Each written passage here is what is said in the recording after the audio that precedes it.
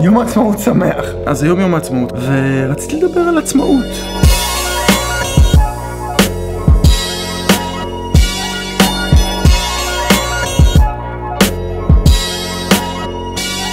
אז מעבר לכל המדינה וישראל, עצמאות של היהודים, יש מדינה, מעבר לזה, מה זה המילה עצמאות? היא מעניינת אותי. אני שם לב שהיא תמיד ביחס למשהו. אני תמיד עצמאי לעומת החברה, או בזכותה, או שאני מורד, או שאני יוצא באיזושהי הצהרה. מאז שאני מכיר את עצמי, אני מאוד כזה חותר לעצמאות. לא כל ילד ככה, נראה לי כל ילד ככה. לא כל כך אהבתי ללמוד בכיתה, אהבתי ללמוד יותר לבד. וזה לא רק הבית ספר, תכלס את הבסיס של העריכה, למדתי לבד. רואי שלנו, בר מצווה זה לא סתם, גם עריכת סרטים, לבד. ועכשיו כמובן, אני הרי גר לבד, מנקה לבד, עושה כביסה לבד, ומבשל לבד. ותכלס כל הצילומים האלה אני עושה הרי לבד. זה כמובן בלי שום קשר לזה שאני מודע לזה שמערכות יחסים זה הדבר הכי חשוב, ונגיד בפרקים שלי הדברים הכי טובים זה כשאני נפגש עם אנשים אחרים.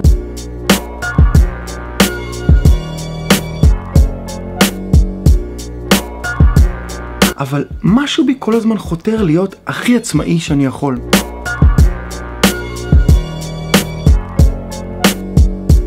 אני בהתפתחות מאוד מאוד אישית, עצמאית, במיוחד במקום הזה של לחקור את המציאות. אני לא אוהב ללמוד ממורים, וגם לא מספרים.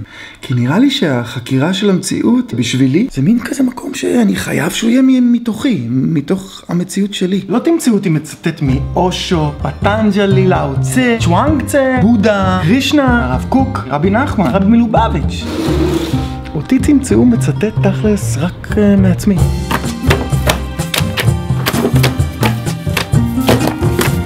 אבל עצמאות זה נושא ענק. מה זה השאיפה הזאת לעצמאות הרי? עם כל הדיבור על זה שהכל מחובר להכל, והכל שיתופי פעולה הדדיים, וגם הגוף שלי, אני תלוי באוויר, אני תלוי באוכל, אני תלוי במערכות יחסים, אני תלוי בזה שאמא שלי ואבא שלי הכירו, אני תלוי במלא מלא מלא דברים, אני לא עצמאי בשום אופן. אני לא ישות עצמאית. אבל בראש, אני שואף לעצמאות כל הזמן.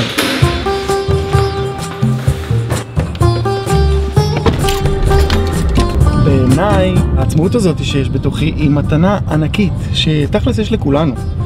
כי מתוך העצמאות הזאת אני יכול לבחור לאן אני הולך.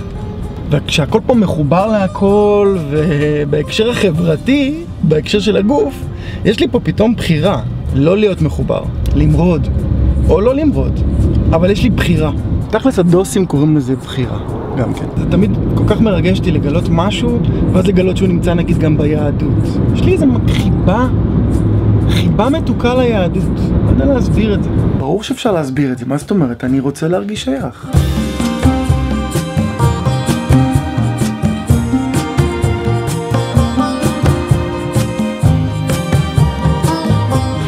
אז זהו, זה יום העצמאות עכשיו. אני מאוד מכבד. זאת השפה שלי, זו המדינה שלי.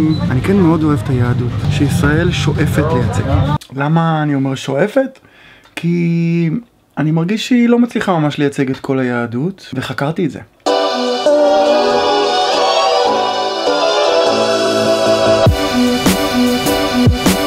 כשגרתי בניו יורק ב-2014, הייתי שם שנה, אז בעצם מצאתי יהדות שסוף סוף הרגשתי שייך אליה.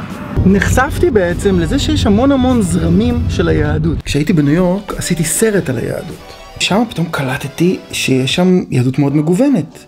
כי אין להם שם שלטון יהודי, אז נוצרו המון חצרות עם המון דעות ממש שונות אחת מהשנייה. אני ראיינתי שם מגוון אדיר של רבנים ורבניות מכל הקשת. כל מה ששאלתי אותם היה, מה דעתך על השונויות בין הזרם שלך מייצג ביהדות לבין נגיד ההוא? וכולם היו נורא סלחנים אחד לשני.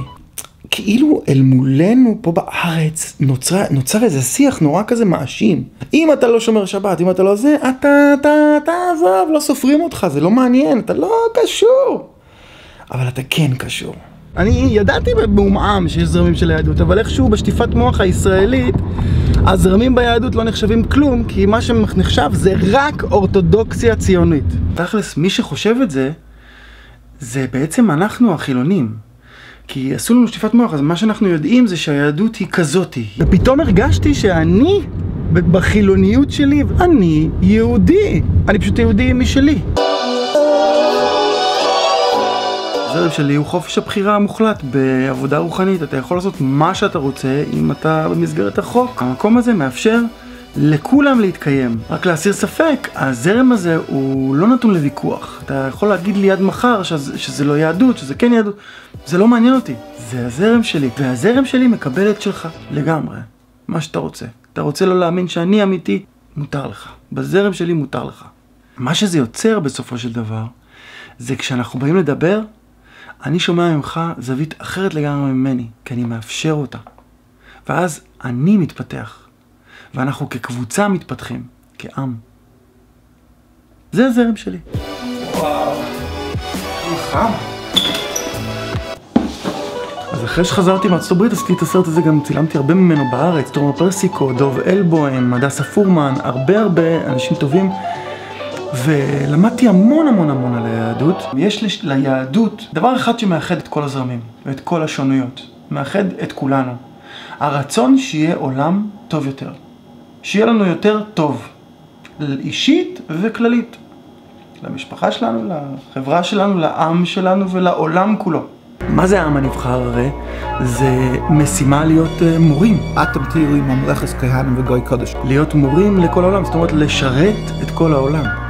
ככה שכל העולם יהפוך להיות מקום יותר טוב. ויעשו כולם אגודה אחת, we say that in our Rosh Hashanah prayers, all the nations will join arms to do the will of the Almighty, and that's what we pray for. יש בזה עומקים גדולים לעניין של השונויות.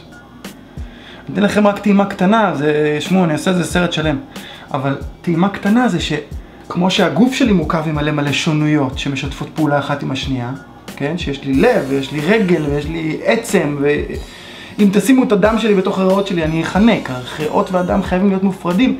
יש שם שונויות שמפעילות אותי. אותו דבר גם ביהדות הרי, מה שאני מנסה להגיד לכם, זה שהיהדות היא מלא שונויות. אז כמו שהגוף מסתדר עם כל החלקים שלו, ככה גם אנחנו כעם צריכים ללמוד להסתדר. כשאני אומר עם, אני מתכוון אלינו, לישראל, פה יום העצמאות. אנחנו. וזה בעצם מיקרוקוסמוס של כל העולם. כי העולם כולו האנושי הוא של שונויות, ותחשבו על זה. איפה אתה עצמאי? איפה את עצמאית? איפה אתה שונה? איפה את שונה?